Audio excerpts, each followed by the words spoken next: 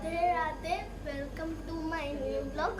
तो आज मैं अपनी बुआ जी के घर पे जा रही हूँ तीज के लिए, तो मैं आपको वहाँ मिल। तो गाइस मैं बुआ जी के घर पे आ गई हूँ और ये मेरा है भाई कजन लड्डू, इसका नाम है लड्डू और ये है मेरी बुआ जी।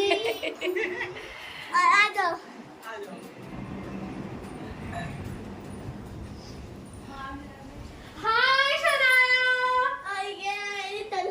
बहुत प्यारी जो सीए कर रही है। नहीं, ये सबको नहीं बताना, ये कट कर देना।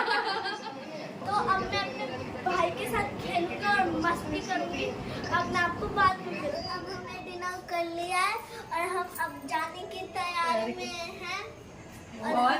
और हमने बहुत मस्ती करी और खाना खाया, और जो कि बुआ जी ने बहुत अच्छा बनाया था। शरारा ने तो खाया भी नहीं है।